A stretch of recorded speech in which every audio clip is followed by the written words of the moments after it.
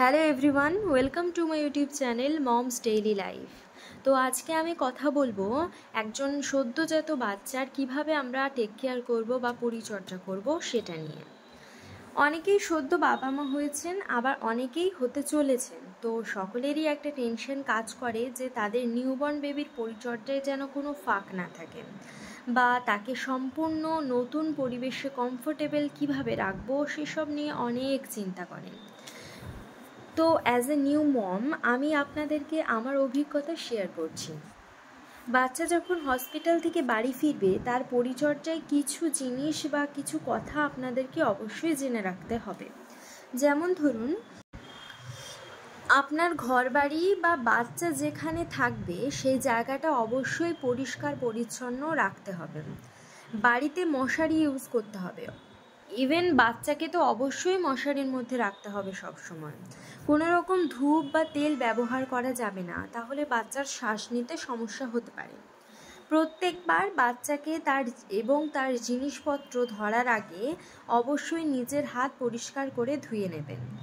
বাড়িতে তুলো রাখুন। প্রত্যেক দিন সকালে বাচ্চা ঘুম থেকে উঠলে তুলো দিয়ে অথবা পাতলা সুতির পরিষ্কার কাপড় দিয়ে তার চোখটা মুছিয়ে দিন। কিভাবে চোখ মোছাবেন? চোখের ভিতর দিক থেকে বাইরের দিকে টানবেন একবার করে। একটা তুলো দিয়ে শুধু একটা চোখই ইউজ করবেন, আবার অন্য একটা তুলো দিয়ে অন্য চোখ।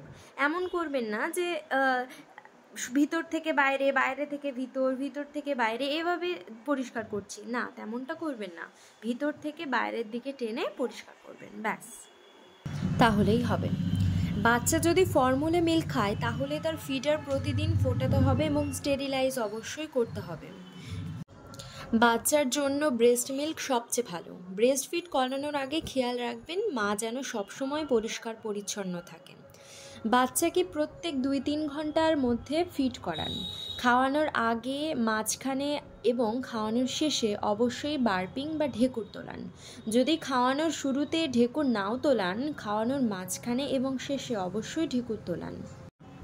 ভালো করে বার্পিং না করালে বাচ্চার পেটে গ্যাস তৈরি হয় আর সে অযথা কান্না করে, যেটা নিউ প্যারেন্টসরা বুঝতে না পেরে ভীষণই চিন্তায় পড়ে যায়।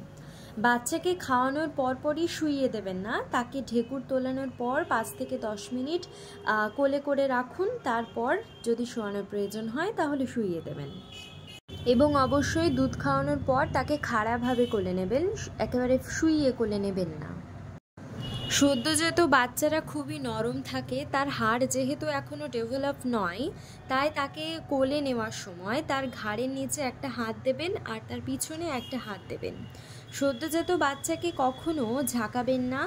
গাড়ি বা বাইকে তাকে নিয়ে যাওয়ার সময় খেয়াল রাখবেন যেন তার ঝাঁকুনি না লাগে এবং তার ঘাড় মাথা অবশ্যই খুব ভালো করে ধরে রাখবেন।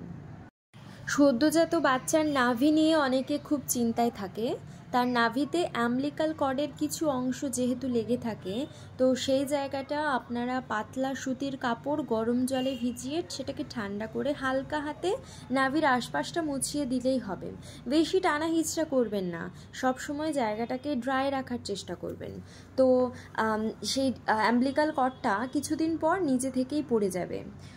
আমার বেবির অ্যাম্বিলিকাল কর্ডটা হসপিটালে থাকাকালীনই পড়ে গেছিলো। তারপর কিছুদিন পর থেকে দেখলাম যে তার ওই যে নাভি দিয়ে হালকা হালকা ব্লাড বার হচ্ছে। তো তখন আমি ডক্টরকে ফোন করেছিলাম এবং ডক্টর আমাকে একটা ক্রিম লাগাতে বলেছিলেন। তো সেটা লাগানোর পর আস্তে আস্তে ঠিক হয়ে যায়। তো আপনারা খেয়াল রাখবেন যেন কোনো টানা হিচড়া একদমই করবেন না। যদি কখনো রক্ত বার হয় তো ডক্টরকে ফোন করবেন, তিনি একটা মলম বলে দেবেন, আপনারা অবশ্যই সেটা ইউজ করবেন। আর সব সময় জায়গাটাকে ড্রাই রাখার চেষ্টা করবেন। আপনার সদ্যজাত বাচ্চাকে 2-3 দিন পর পর স্নান করান। বাকি দিনগুলো ভিজে কাপড় দিয়ে গা মুছিয়ে দিন খুব ভালো করে।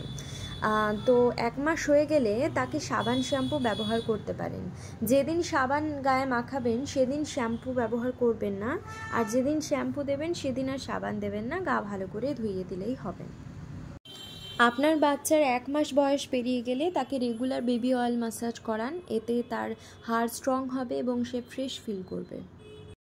সকাল 8টা, 8:30 অবধি যে রোদটা পড়ে সে রোদটা আপনি আপনার বাচ্চার গায়ে লাগাতে পারেন, এতে তার হাড় ভালো থাকবে।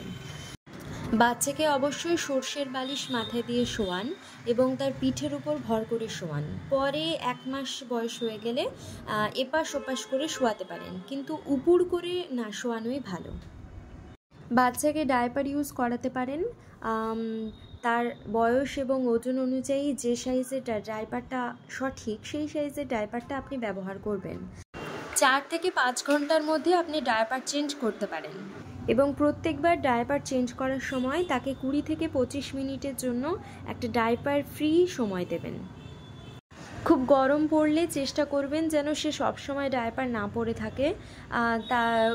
তার ঘুমের সময় ডায়পার পরিয়ে রাখতে পারেন, বাকি সময়টা হালকা পাতলা কাপড়ের প্যান্ট পরিয়ে রাখলেও হবে। নিউবর্ন বাচ্চারা ইউরিন পাস করার সময় বা পটি করার সময় একটু কান্না করে, তো সে ব্যাপারে চিন্তিত হওয়ার প্রয়োজন নেই। কিন্তু যদি এমনটা হয় যে তার কান্না থামছেই না, তাহলে অবশ্যই আপনি ডক্টরকে কল করবেন। একজন নিউবর্ন বাচ্চার খেয়াল রাখার দায়িত্ব শুধু তার মায়ের নয়, পুরো ফ্যামিলির। তো আপনার বাচ্চাকে অবশ্যই খেয়াল রাখুন, সুস্থ রাখুন। Thank you for watching my video.